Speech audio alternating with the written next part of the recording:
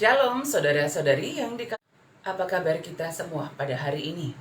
Doa dan pengharapan kami, kita dalam keadaan baik, sehat, damai sejahtera dalam tuntunan Tuhan. Saudaraku, sebelum kita memulai semua aktivitas kita pada hari ini, mari bersama-sama kita memuji Tuhan serta merenungkan firman Tuhan.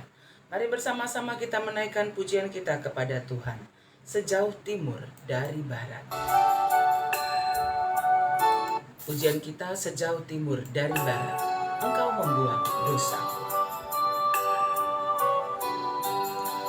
Sejauh timur dari barat, Engkau membuang dosaku. Mari bersama-sama menaikkan pujian kita kepada Tuhan.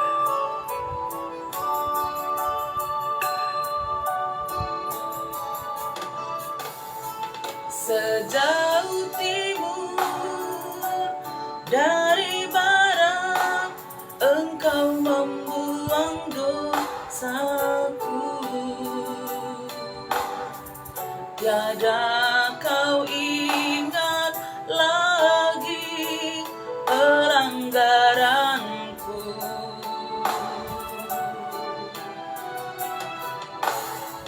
Jauh ke dalam tubir laut, kau melemparkan dosaku.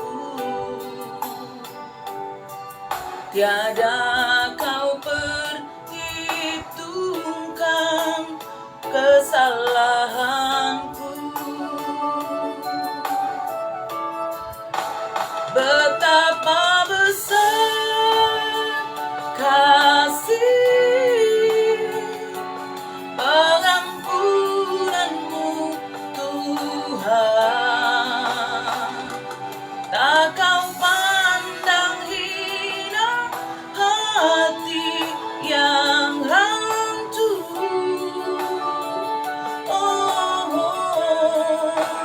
Ku berterima kasih kepadamu ya Tuhan. Pengampunan yang kau beri, pulihkanku.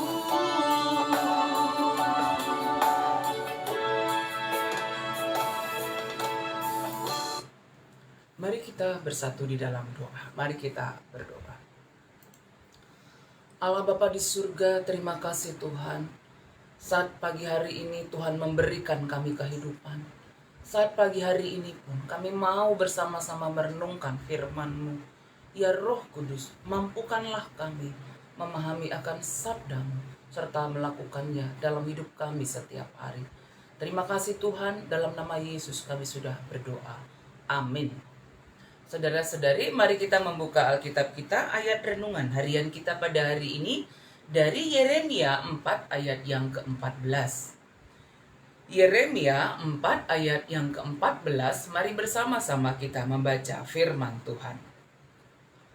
Bersihkanlah hatimu dari kejahatan, hai Yerusalem, supaya engkau diselamatkan.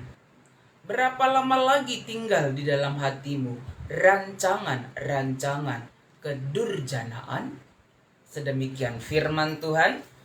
Yeremia 4 ayat 14 dengan topik renungan harian kita hari ini, bersihkanlah hatimu. Saudara-saudari yang dikasihi oleh Tuhan, hati merupakan pusat kehidupan. Ketika kita akan melakukan berbagai hal, tindakan dalam hidup kita, maka pusat pertimbangannya adalah di dalam hati kita. Dan ketika hati kita bersih, ketika hati kita dikuasai oleh kuasa Roh Kudus, maka kita akan melakukan berbagai hal dengan penuh pertimbangan di dalam hati yang dipenuhi oleh Roh Kudus itu. Saudara-saudari yang dikasihi oleh Tuhan, Yeremia 4 ayat 14 ini mengingatkan kita supaya membersihkan hati. Bersihkanlah hatimu dari kejahatan. Mengapa kita harus membersihkan hati?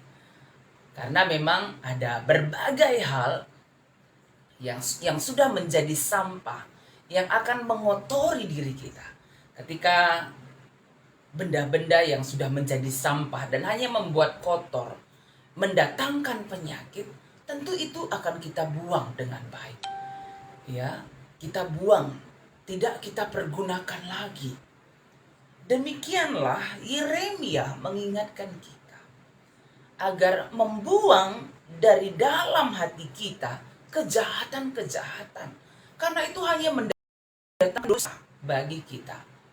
Ya, dan ingat bahwa upah dosa adalah maut. Firman Tuhan hari ini mendorong kita agar kita membersihkan hati kita. Bersihkanlah hatimu dari kejahatan, hai Yerusalem, supaya engkau diselamatkan. Ya, berapa lama lagi tinggal di dalam hatimu rancangan-rancangan kedurjanaan? Hal ini membutuhkan respon langsung yang harus kita lakukan.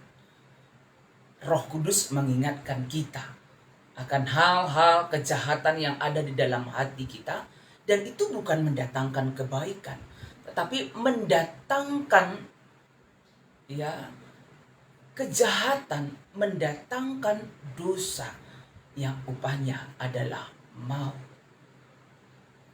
Saudara-saudari, agar kita dapat menjalani kehidupan kita dengan baik di dunia ini sebagai orang yang percaya kepada Tuhan, mari setiap hari membersihkan hati kita dari kejahatan. Mungkin orang tidak tahu perbuatan jahat yang sudah kita lakukan, tetapi Tuhan melihat perbuatan-perbuatan jahat yang ada sampai kedalaman hati kita.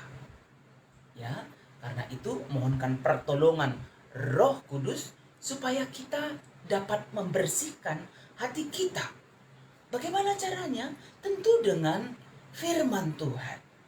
Ya, kita mau menerima firman Tuhan dalam kerendahan hati dan mau meninggalkan manusia lama kita, kehidupan jahat yang ada di dalam hidup kita, hidup yang tidak benar, hidup yang tidak sesuai dengan kehendak Tuhan, dan kita mau menerima firman Tuhan.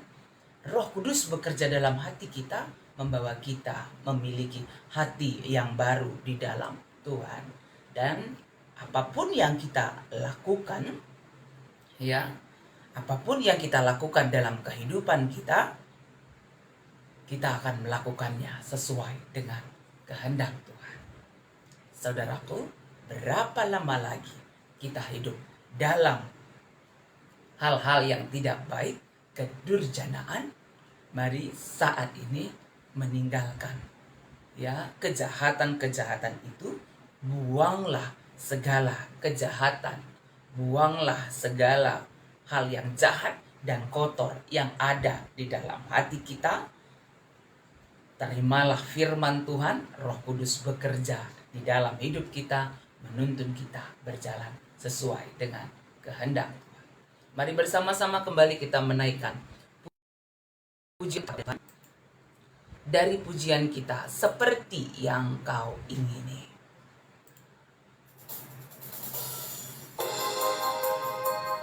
Seperti yang kau ingini. Mari bersama-sama menaikkan pujian kita kepada Tuhan. Bukan dengan barang fana kau membayar dosaku, dengan darah yang mahal, tiada noda dan celah. Bukan dengan emas perak kau menebus diriku,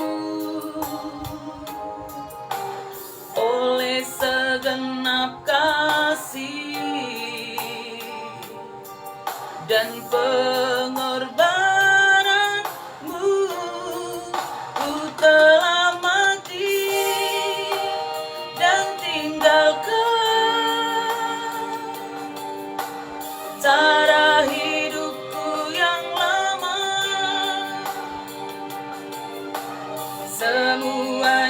sia-sia dan tak berarti lagi.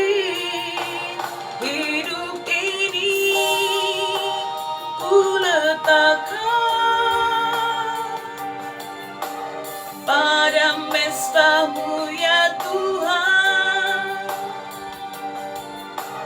Jadilah padaku seperti yang Kau ingini.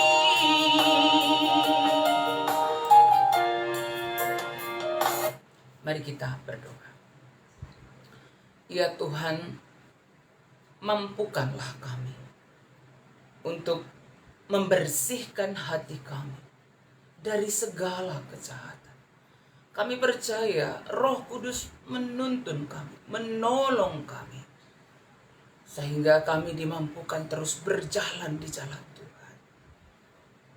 Bapa yang di surga, saat ini kami mendoakan bangsa kami, pemimpin-pemimpin negara kami ini, Bapak Presiden, Wakil Presiden, dan semua aparatur negara kami, agar bekerja dengan baik sesuai dengan kehendak Tuhan, membawa kedamaian kesejahteraan, bahkan dalam upaya menanggulangi pandemi ini dapat dilakukan dengan baik.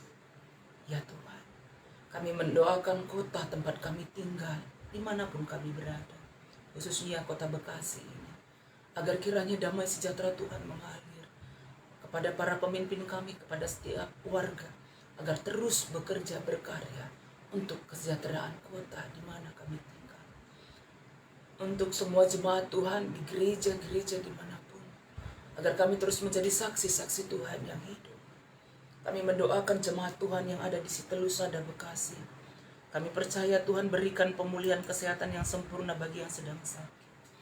Bagi anak kami Nathan dan Ekin yang sedang dirawat di rumah sakit Primaya karena DBD, Tuhan berikan kesehatan, pemulihan kesehatan yang sempurna.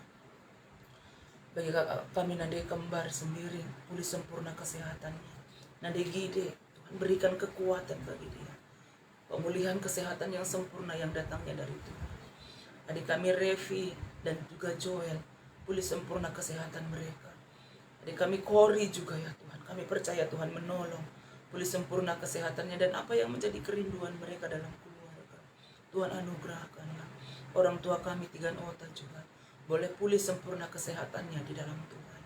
Kami mendoakan anak-anak kami, Adriel Barus, Clara Barus, dan Ari Purba, agar dalam rencana mereka untuk boleh tes polisi, di dalam pemberkasan mereka dan segala sesuatunya, Tuhan tolong agar mereka boleh menjalankannya dengan baik. Dengan pengharapan kami mereka boleh menjalani pendidikan di kepolisian nantinya. Itu yang menjadi pengharapan kami Tuhan. Berkati kami Tuhan dalam setiap aktivitas pekerjaan yang kami lakukan. Boleh kami lakukan dengan baik. Anak-anak kami juga yang sudah mulai menjalani studi mereka secara tatap muka, Tuhan berkati mereka supaya mereka dalam keadaan sehat dan sejahtera, boleh belajar sungguh-sungguh untuk meraih masa depan yang baik di dalam Tuhan. Terima kasih Tuhan, kami menjalani hidup kami hari ini dalam tuntunan-Mu. Ini doa kami ya Bapa yang kami sampaikan dalam nama Tuhan Yesus kami sudah berdoa. Amin. Saudara-saudari yang dikasih oleh Tuhan, mari kita menjalani kehidupan kita setiap hari dengan tetap berjalan sesuai dengan kehendak Tuhan. Dan bersihkanlah hatimu dari yang kotor dan dari kejahatan, dan berjalanlah di jalan Tuhan. Ketika kita beraktivitas hari ini, keluar rumah, jangan lupa patuh kepada protokol kesehatan, tetap berdoa, tetap bersukacita. Kita percaya Tuhan menyertai kita, Tuhan memberkati kita semuanya. Amin.